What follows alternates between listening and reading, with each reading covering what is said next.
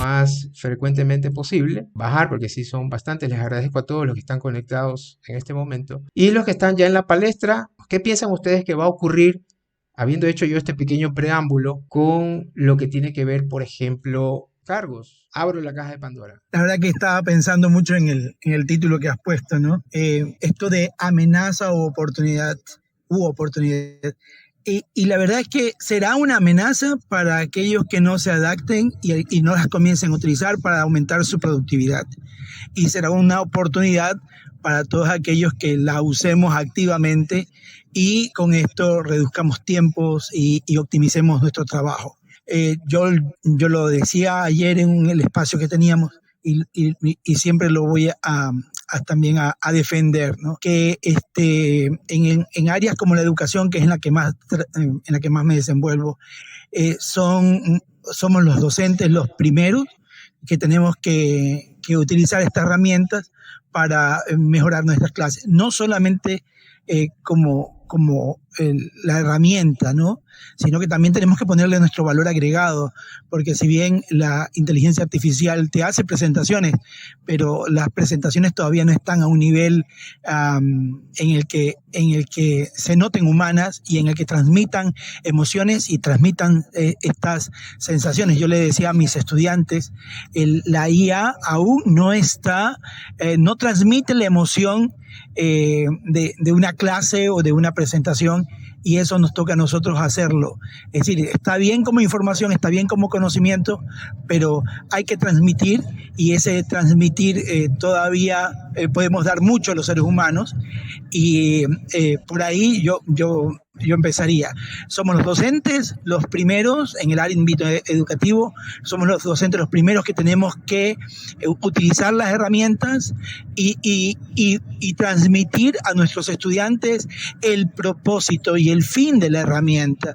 Una herramienta mal usada pues pierde su propósito, y obviamente mientras nosotros seamos los docentes y los que les demos a los estudiantes lo que hay que hacer, pues será fácil para ellos usar la herramienta. ¿Qué pasa cuando no estemos nosotros? ¿Qué pasa cuando ellos tengan que generar las preguntas y ver si esas respuestas pues van acorde con lo que se espera? Porque muchas respuestas, por ejemplo, en el ChatGPT no son necesariamente apropiadas ni están completamente diseñadas. Una de las fallas que habíamos encontrado es que, por ejemplo, cuando le pides que haga las referencias, muchas de las referencias están mal, están equivocadas. Y hay que enfatizar en esto, ¿no? En lo de la teoría del conocimiento, en el theory of knowledge, que tienen que tener muy ligados los estudiantes para que puedan discernir si eso que me están dando como conocimiento, como información, es válida, pertinente, es relevante, etcétera. Esa sería mi aportación hasta el momento. Gracias, Giovanni, gracias por la participación. Beatriz. Hola, muy buenas tardes con todos. Mao, felicitaciones por tu espacio. Bueno, soy Beatriz Lor, también soy catedrática.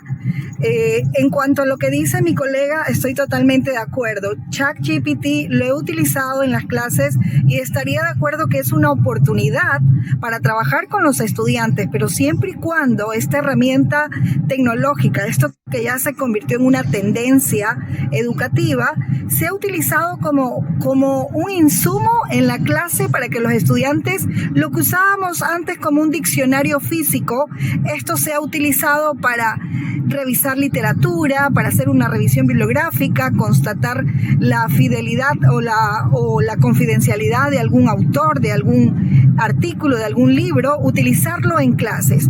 La primera vez que utilicé yo esta herramienta con mis estudiantes, pues se quedaron sorprendidos. De 40 estudiantes que tuve en un aula, pues 3 no sabían a qué se refería o qué era ChatGPT. Se quedaron muy sorprendidos, y puedo dar un testimonio de un estudiante muy pilas. El estudiante excelente me dijo: Miss, me demoré un mes haciendo este ensayo y resulta que en 5 segundos el ensayo está listo. Le digo: sí, pero léalo y compare con lo que dijo mi colega, el sentimiento, el análisis, la reflexión y esa intención comunicativa que usted le ha dado a su ensayo no se compara con el ChatGPT. Eso te quería decir, Mao. Es una oportunidad, pero tiene que ser monitoreada y acompañada. Bien, Gracias, Mao. Gracias. Bien, ya saben, pueden levantar la mano y yo les doy, obviamente, el paso a la palestra, al foro, para que puedan opinar. Voy a hacer un par de observaciones, opiniones personales con respecto a lo que dijo Giovanni y con respecto a lo que ya mencionó Beatriz. Ya te doy el paso, Mario. Dame un segundo nada más. Lo que tiene que ver con ChatGPT es una oportunidad desde mi humilde punto de vista. Lo uso muchísimo en corrección de redacción. Eh, Al igual que Giovanni, no se puede confiar el tema que ChatGPT te pone referencias. Esas referencias son inventadas. Entonces, ¿por qué? Porque realmente es una forma de poder continuar con la conversación. Recordemos un poco que la mayoría, nuevamente los invito a leer el artículo que publiqué hoy, la mayoría de estas herramientas que están teniendo sensación utilizan el procesamiento del lenguaje natural. Y esto no es otra cosa que intercambiar información entre un usuario o una persona, un ser humano, y en este caso una computadora, un dispositivo, etcétera. Entonces lo que hace obviamente el lenguaje natural es lo que más o menos nosotros hacíamos cuando estábamos en la escuela. Nos enseñaban, a ver, la oración es esta, separe sujeto, predicado, verbos, exactamente algo similar hace justamente para tratar de descubrir cuáles son las características de la pregunta o la instrucción. Desde ese punto de vista, luego se pueden agregar otras disciplinas de inteligencia artificial para poder obtener resultados. Y a eso también se le conoce como la IA generativa, es decir, que se generan resultados, se generan textos, se generan imágenes, se generan videos, etcétera, etcétera, etcétera. Pues bien, ChatGPT no está conectado de forma natural al Internet, está cargado con muchísima información, lo cual lo hace muy versátil. Tengo entendido que está subido ya hasta el 2022, creo que el mes pasado ya comenzaron a cargar todo lo que tiene que ver 2022, pero en cuanto a publicaciones científicas, como decía Beatriz, no es tan cierto que tenga toda la información. Lo que sí he probado en ChatGPT es sobre referentes, autores referentes, eso sí, y te puede dar una visión muy clara que parecería que está sacando de Wikipedia esa información, pero nosotros no tenemos ese nivel de conocimiento ni cómo fueron etiquetados esos datos de parte del productor, en este caso OpenAI. Ahora sí, vamos con Mario. Mario. Muchísimas gracias por el espacio. Mira, yo me quisiera abstraer un poquito sobre alguna herramienta en específico, pero yo tengo ya algunos años trabajando en el área comercial. Trabajo en IBM, en el área de la tecnología, como consultor. Y yo recuerdo que hace unos 3 o 4 años, en uno de los eventos que habíamos participado, nos mostraban la pirámide de la estructura de una organización. Y en ese tiempo se hablaba de que ciertamente los profesionales que estaban en la base de la pirámide necesitaban empezar a adquirir algún tipo de especialización o de conocimiento más allá de las tareas repetitivas, porque empezaban a aparecer tecnologías como en ese momento eran un boom, los RPAs, que iban a lograr reemplazar mano de obra para tareas repetitivas. Y eso es algo que evidentemente se ocurrió en muchas empresas. Yo recuerdo un poco el caso de los bancos, donde habían grandes fábricas del área de operaciones y terminaron reduciendo porque muchas de las tareas repetitivas terminaron siendo reemplazadas por soluciones de RPA. Y hoy aparece esta preocupación de que si la inteligencia artificial es realmente una amenaza o una oportunidad y nuevamente aparece esta discusión de qué es lo que tenemos que hacer nosotros, en general, todos los profesionales, de cara a esta oportunidad que aparece. Y ciertamente es que nosotros tenemos que darle el uso adecuado. Yo le preguntaba a mi hija de 14 años, mi hija tiene poco más de año y medio haciendo ilustraciones y ha pensado que el futuro de ella, y tiene 14 años, el futuro de ella quiere hacer desarrollos de ilustraciones, y justo en estas semanas he estado un poco investigando acerca de soluciones que hacen este tipo de trabajos, y yo le preguntaba a ella, ¿no?, qué pensaba de cara a que profesiones como la que ella está apuntando al final podrían llegar a desaparecer, porque ese es el concepto que se está vendiendo. Y me decía una cosa muy interesante que me hizo reflexionar.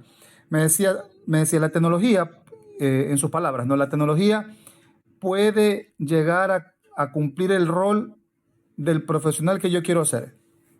pero darle el toque humano que necesita la inteligencia artificial para poder llegar al público objetivo, eso no lo va a poder lograr hacer. Y se apega muchísimo a los comentarios que hemos escuchado anteriormente.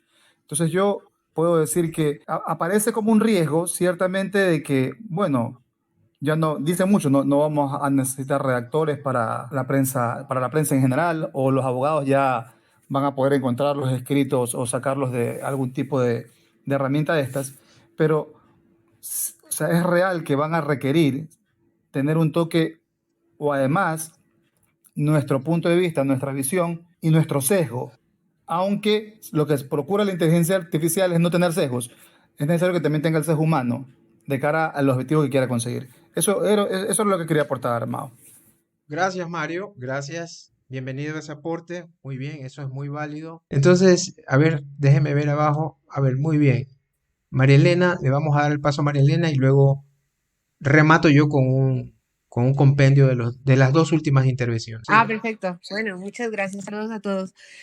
Bueno, yo también como docente creo que ahora un poco con la popularización del tema de IA en educación, debemos tomar en cuenta que hay que impartir a nuestros estudiantes y enfocarnos en temas como las competencias digitales, para que ya era un tema que estaba como en discusión en los pensos académicos, sobre todo en las universidades, y creo que ahora debemos darle más de énfasis, ¿no?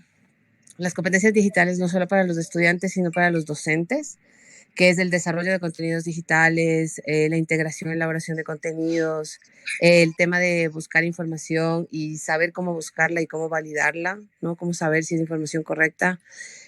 Todo el tema de seguridad digital, resolución de problemas en base a la información que recogemos de medios digitales y los procesos de comunicación efectiva, ¿no? Entonces, digamos que uno de los temas que debemos empezar a discutir es la relevancia de las competencias digitales en el aula e integrarlas activamente y proactivamente dentro de los pensos académicos, ¿no?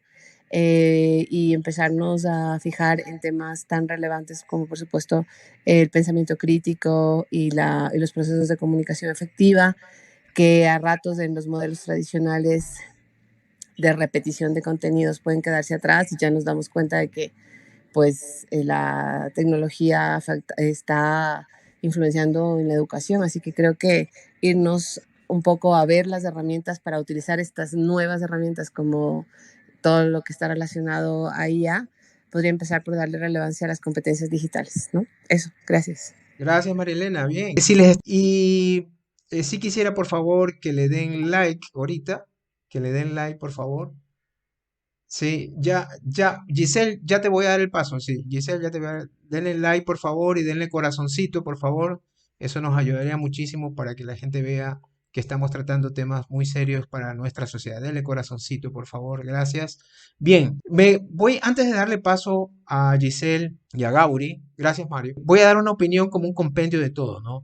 Hay una parte muy importante, creo que todos tenemos razón y al mismo tiempo todos estamos un poco vislumbrando lo que va a ser el futuro. Hay una nueva tendencia que es justamente lo que mencionaba hace un momento, que es la tendencia de poder conversar, de poder transmitir una comunicación mucho más humana a este mecanismo. Para esto voy a retroceder un poquito en el tiempo. A finales de los 80 y hasta mediados de los 90, antes de que salga Windows 3.11, por ahí alguien si me puede recordar si estoy bien con los años, justamente una de las mejoras de Windows era que todo tenía que ser por mouse, un solo clic, y ahora también vemos esto de los móviles, que todo tiene que ser one touch, un solo toque y listo, ya tienes todo. Pues ahora estamos entrando en una etapa de tener que escribir más. Y justamente, María Elena estaba hablando justamente de revisar los currículos. ¿Por qué? Porque se viene un cambio en las competencias laborales de las personas. Por ejemplo, hay una temática que está rondando justamente los AI prompters, son justamente herramientas como ChatGPT, que son herramientas que a nivel de prompter o de comando rápido, que es lo que más o menos significa para los gringos que siempre andan poniendo estos términos, o de comandos rápidos de escritura, tú vas modelando características a la inteligencia artificial que tú deseas para obtener un resultado, ¿sí? Para obtener un resultado óptimo. Y a través de prueba y error vas mejorando justamente tu capacidad de poder entrenar a la inteligencia artificial y también mejora tu capacidad de aprender cómo funciona esta herramienta para poder obtener resultados óptimos. De eso justamente habla el artículo que publiqué hoy. Y es la forma también en que los nuevos profesionales van a tener que aglutinar nuevas competencias muy interesantes que tienen que ver con la comunicación. Bueno, dicho esto, le voy a pasar ahorita a Giselle. Muchas gracias por el espacio y me parece muy interesante los aportes y me gustaría hablar un poquito. Hay un filósofo de la información en cuanto a ética digital, él se llama Luciano Floridi y digamos, conocí de su trabajo recientemente y él habla muchísimo, digamos, del momento histórico en el que estamos y cómo, como decías vos en este momento, digamos, esta interacción que tenemos con la inteligencia artificial es imposible muchas veces determinar si es una máquina o una persona, ¿verdad? Que es la prueba de Turing. Y él decía que de las cosas más importantes es que si yo entro a una casa, por ejemplo, y daba esta metáfora, y veo una mesa servida con los platos limpios en la mesa, yo no sé si los platos los lavó la lavaplatos o los lavó una persona, un ser humano. Y él decía que muchas veces estamos todavía muy enfocados en intentar saber, y ahora hay mucha gente que intenta ver cómo, especialmente en los campos educativos, y lo entiendo, pero creo que de alguna forma es un despropósito tratar de ver si algo lo escribió una inteligencia artificial o si lo escribió un ser humano. Creo que ahí ese no es el meollo del asunto. El meollo del asunto es ver cómo podemos utilizar estas herramientas, como mencionaba, creo que fue Mario o Giovanni, ¿verdad? Utilizar estas herramientas de la mejor manera posible para poder sacar, digamos, una ventaja y aprovechar también cada una de ellas. Ahora, eso a mí me trae que sí es una preocupación grande en cuanto a las brechas digitales y las brechas socioeconómicas, porque si bien es cierto, nosotros estamos en una posición en donde tenemos acceso a esta información y además a la educación para poder adaptarnos a este tipo de cambio, hay una gran cantidad de personas en nuestros países latinoamericanos que ni siquiera tienen un acceso estable al Internet.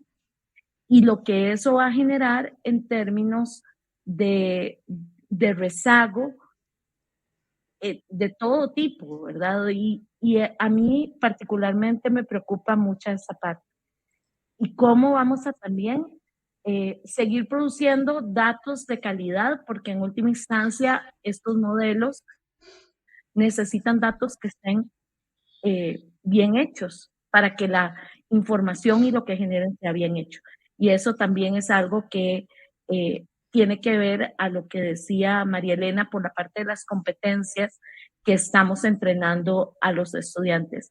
Creo que aquí coincido un poquito con Sam Altman, el CEO de OpenAI, que él dice que tenemos que trabajar muy duro para que esto se vuelva en una oportunidad para la gran mayoría y no como una oportunidad para pocos. Gracias, Giselle. Gracias. Gracias por el aporte. Sí, totalmente de acuerdo. Bueno, los tiempos son medios complejos, ¿no? Tratar de nosotros mirar el futuro es también un poco más complejo, pero lo que sí podemos ver es el presente. Hoy en día estaba echando una ojeada en LinkedIn, que es nuestra red, sobre lo que tiene que ver con prompt engineering. Y hay mucha gente que está hablando de prompt engineering, que quiere decir, es un término que los gringos nuevamente les han dado justamente a poder buscar las características adecuadas en el prompt, es decir, en los comandos para obtener resultados. Ahora resulta que es toda una dinámica, que es toda una competencia que se tiene que alcanzar. Y otra cosa que estaba viendo es la gran cantidad de espacios en la web que ofrecen justamente ya catálogos de prompts para que tú los puedas utilizar en las plataformas más usadas, como por ejemplo Midjourney, ChatGPT, qué sé yo. Hay algunas plataformas en las cuales se puede utilizar. Stable Diffusion, por ejemplo, y muchísimas otras más. Con respecto a eso y las nuevas competencias que tiene que ver en el futuro, en el presente, digo yo, porque estoy encontrando eso muchísimo, que ya hay vacantes de empleo para eso, sobre todo en los países desarrollados. Pues Giselle estaba hablando de la brecha, sobre todo acá en nuestros países. Pero pienso yo que la inteligencia artificial llegó para quedarse. Ya no hay posibilidades de retroceso, ¿sí? Llegó para quedarse. Y mucho más si lamentablemente volvemos a tener otro episodio parecido al pandémico del 2020. Mucho más se va a acelerar el tema del incremento de este tipo de soluciones. Sí, Dale, Giovanni. es esto que mencionó, sí, es esto que mencionó Giselle, que es trascendental, creo. Es esto de quiénes pueden acceder a esta información, quiénes pueden acceder a estas cosas. En el Ecuador todavía estamos discutiendo cosas del siglo pasado, que si la educación debe ser gratuita o no, que si deben de tener tales o cuales recursos. Mientras que en China, en el 2019, ya, se lo puso como una política de Estado hacia la masificación e implementación de la inteligencia artificial. Y Estados Unidos también ha hecho, en Estados Unidos han hecho ingerentes uso de recursos para poder utilizar esto en el sistema educativo. Y entonces, desde ahí partir, ¿no? De que el Ecuador va a estar, los otros países yo creo que van a estar preparados. El Ecuador estará preparado para poder implementar esto de forma que sea accesible a la mayoría de las personas, a la mayoría de los estudiantes, de los profesionales. Y con todo esto que se viene de los prompts, estaremos viendo que otras comunidades serán las que se van a llevar a este personal capacitado y ocurrirá lo que ocurre mucho con nuestros entornos, que perderemos cerebros y perderemos gente que sea capaz de desarrollarnos en esas áreas, ¿no? Esto es lo que quería yo mencionar ya como algo que me pareció interesante en la intervención de Giselle. Bien, ahí yo quiero apuntar, gracias Giovanni. Quiero apuntar algo, ¿no? Y es básicamente la siguiente. Yo creo que me quedé por ahí corto. Hace un momento les hablé de que Windows 3.11 nació como la panacea, no recuerdo en qué año. Y justamente nació por trabajar con el mouse, con el clic. Y en los últimos tiempos decía yo que los móviles, el gran logro era One Touch. Bien, entonces yo hablaba también de que ahora este tipo de plataformas conversacionales a través de chat o a través de voz están generando todo tipo de contenidos. ¿Y qué resulta? ¿Quiénes son justamente las personas que están acostumbradas a esto, que nacieron con un chat? ¿Quiénes son? ¿Los centennials? Sí, ¿no?